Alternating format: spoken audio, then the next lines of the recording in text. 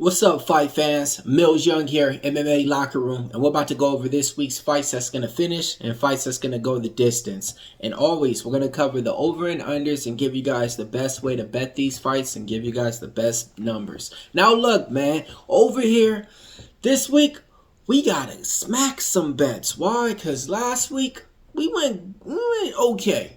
Okay, good enough around here, man. We went 7-4 on our predictions. We did make money on our overs and unders. But some of the picks that I was on, man, I was dog hunting, and we got them wrong. I thought Henry Cejudo was going to be a lot more liver in that main event. But they had to quit that fight early because of the eye poke. A couple of other dogs that I like did come through, though. Rob Font did cash for us as well. But, you know, we weren't able to get there with Julius Walker. And we weren't able to get there with Andre Fili as well. Austin Vanderford, he did come through as well. Alright, and we cashed for the parlay for you guys out there. But look, man, I'll be honest, man. If I don't win like 88% of my bets, damn near 95%, I feel bad, man. You know, I try to get every read right. So over here, let's get it right. All right, man. First fight of the night. We got Montana De La Rosa taking on Luana Carolina. The over and under is going to be set at 2.5 rounds, and it's juiced. It's minus 475. The reason why is because women fights usually always go the distance. In this one, I got to agree with the odds. I'm going to be saying that this fight's definitely going to be going the distance. When you got the type of matchup in these fighters, Montana De La Rosa is going to be the wrestler. Luana Carolina is going to be the striker. And Luana Carolina is on a 3-fight win streak. So I will say this, man. I give her credit. I give her props. I don't know if it's going to be enough to stop the takedowns from Montana De La Rosa. Luana Carolina, she's been taken down in every single fight. So I could just see it happening like this. She throws the kicks out there, and Montana De La Rosa goes for the takedown and gets her down multiple times. But if she's not doing ground and pound, and if this thing goes to the judges' scorecards, and if it's close, I still think the dog gets her hand raised. Next fight taking place. We got a good one. Charles Johnson is going to be taking Ramazan back Temirov. In this one, the betting line on the two been going back and forth. Charles Johnson opened up the favorite. Then he came out to a dog. Now he's back to the rightful favorite. Let's talk about the over and under to get you guys the best betting number. The over is set at 2.5 at a minus 215. The under is plus 165 and it's under 2.5 rounds. To be honest with you guys, the ability that Ramazan Temirov has, he can put anybody out. Charles Johnson been dropped multiple times in fights, but it's never been KO'd. Charles Johnson also has that finish ability, and Temirov does slow down as the fight goes. I've only seen him go to the scorecards a couple of times before he came to the UFC. And, man, he hesitant to throw. I'm going to be taking fight not going the distance in this one, man. I think we're going to be able to get a nice little plus money price tag on it as well. Next fight taking place. We got Andrea Lee, and she's going to be taking on Macy Barber in this one, okay? So, I'm sorry. Andrea Lee took on Macy Barber a while back. I was actually at that event. But this ain't that fight. We got Andrea Lee taking on JJ Aldrich. JJ Aldrich is going to be a minus 2-1 favorite on here. This is a fight to where, I'll be honest, as far as picking a fighter, good luck with it, man. I wouldn't want to bet JJ Aldrich at a minus 2-1 favorite. In the comeback on Lee, I think she's on a 4 or 5 fight losing streak. The over is minus 540 and it's set at 2.5 rounds. The under is plus 360. Just like I said and you learned in the first fight, women's fights usually imply that they go the distance. In this one, I gotta agree with it. I gotta say it's going the distance as well. All right, man. Next fight taking place. This is gonna be a good one. For the guys I want to see a banger fight, pay attention. Danny Silva taking on Lucas Almeida. Danny Silva is gonna be the slight favorite in there. Not slight favorite. He's a minus 2-1 favorite.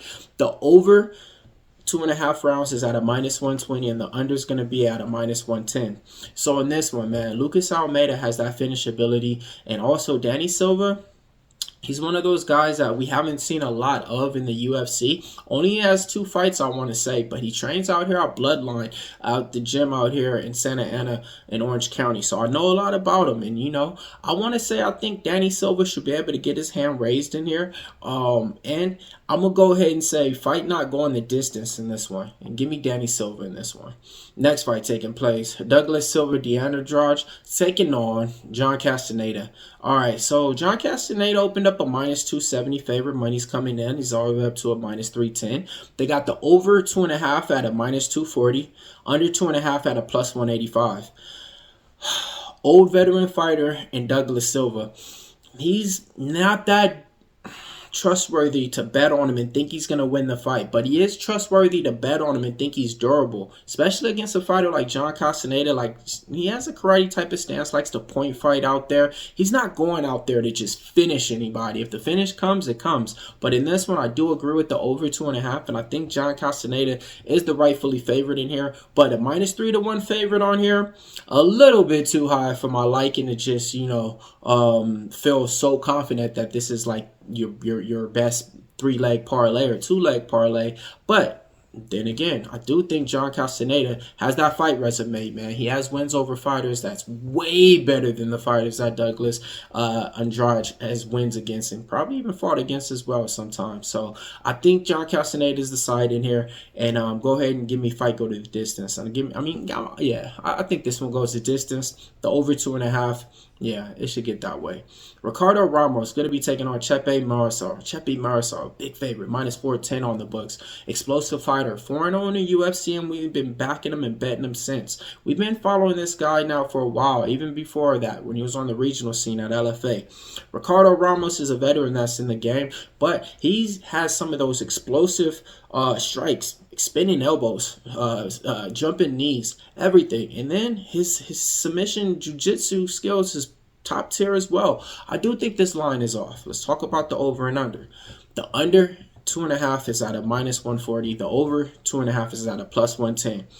All right, the reason why is because Chepe Mariscal, he has that finishability, and sometimes Ricardo Ramos, I'm not going to say he quits in the cage, but he just stops defending and doesn't want to fight no more and looks for a way out, it seems like, So with that being said, I do think this one doesn't go to the scorecards as well. And give me fight not going the distance in this one. Man, it's going to be a good one, though. If you ask me, Chepe Mariscal should win as well. But that line, man, that line is heavy, but it's scary, man. Ricardo Ramos is a dangerous fighter. He is, man.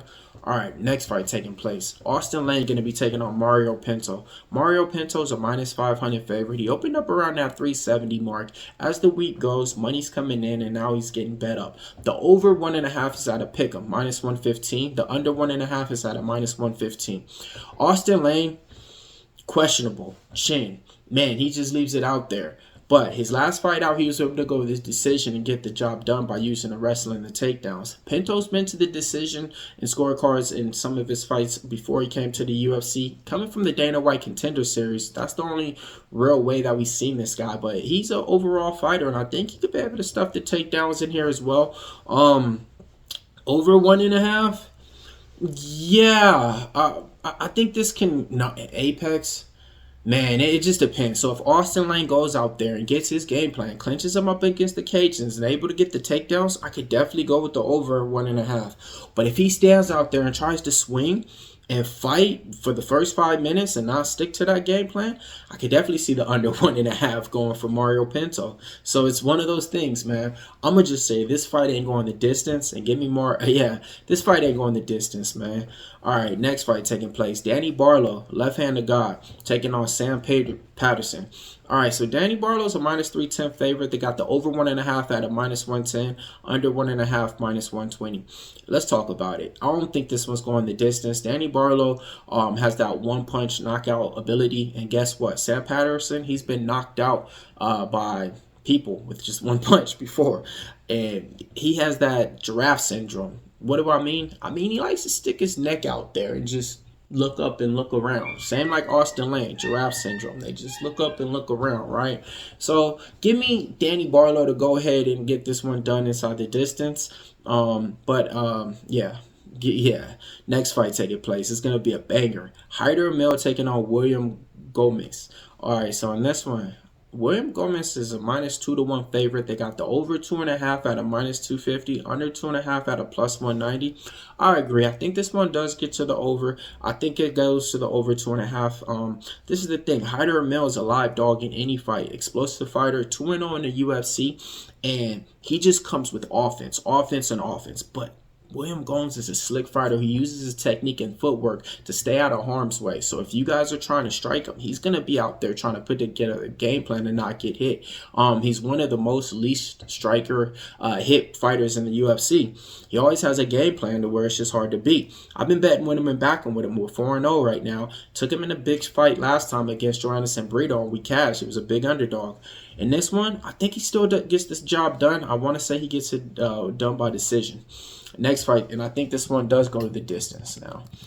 In the beginning, I was thinking it's not, but just the way that William Gomis fights, yeah, it's gonna be hard to just go out there and give a war. Even if you want to be in the war, you gotta have another rightful fighter on the other side trying to engage, and that's not gonna be William Gomis in there. The Black Jaguar. Let's get it done. I think he wins by decision. Next fight taking place, Nasrat Haqparast taking on Esteban Ribovics. Alright, Esteban Ribovics is a great fighter out here. Minus 258 on the books is where they got it. They got the over 2.5 at a minus 210. Under 2.5 is going to be around that plus 160 price tag. Haqparast, let's talk about him, man. He's a fighter that's on a 3 or 4 fight win streak, and I think this line is way off, man. He's a good striker, but he just doesn't have that one punch ability, or he's just not great at anything, okay? He's been training this whole team, his camp now, in Morocco. This is the thing I don't really like, because out there ain't nobody traveling out there to really train with you. You don't got credible fighters that you're training with. On a comparison, Esteban Ribovics is training at Kill Cliff with, former champions and great fighters in different organizations and the UFC, getting better day by day, week by week, seeing what they're doing, improving. We had him in all of his last 3 fights. In this one, I think he gets it done too, as well. And give me the over 2.5 as well. All right, next fight taking place. Cody Brundage taking on Julian Marquez. Oh, man, co-main event. But before we do that, if you're watching this right now, hit the like button for us. Smash the like button for us. Leave some comments up there. And did any of you guys get the chance to see Brock Lesnar fight in the UFC? Because, man, those were some days. What about Matt Hughes? Huh? Y'all remember Matt Hughes back in the day in the UFC? What about Robbie Lawler with the curly hair? All right, man, let's go. Cody Brundage taking on Julian Marquez. Both these guys are fighters that you can't trust, and these lines are looking like it now. You got Julian Marquez out of some minus 122 favorite, plus 102 on the dog for Brundage. The over 1.5s at a plus 114, the under 1.5s at a minus 145. I'm going to be honest with you guys, man. This fight could go either way, but I do think Julian Marquez is just going to be the better fighter, because sometimes when Cody Brundage goes out there to fight, he doesn't go out there to fight. He's looking for a way out. And you guys might say, hey, man, he said that earlier. No, he's literally looking for a way out. In media day today, he brought it up. He's like, even when I'm winning in a fight, sometimes I just go for a move real quick because I just want to get out of there. He's like, I got to get that out of my head. He's took some time off. Now he's back. He's been training and coaching in these 8 months that he did take the time off. He got thrown this fight. He said, sign me up. Even though both these fighters used to train together, it didn't bother him at all. So in here, this one ain't going the distance, folks. Main event time, Manel Kape taking on Almabayev. Let's talk about it. Manel Kape is a great fighter for the division. Fast, striking, power, exciting, showmanship, everything like that. I compare him to like the flyweight Sugar Sean O'Malley, okay? The difference is this. Sometimes he goes out there and he's hesitant. He doesn't strike.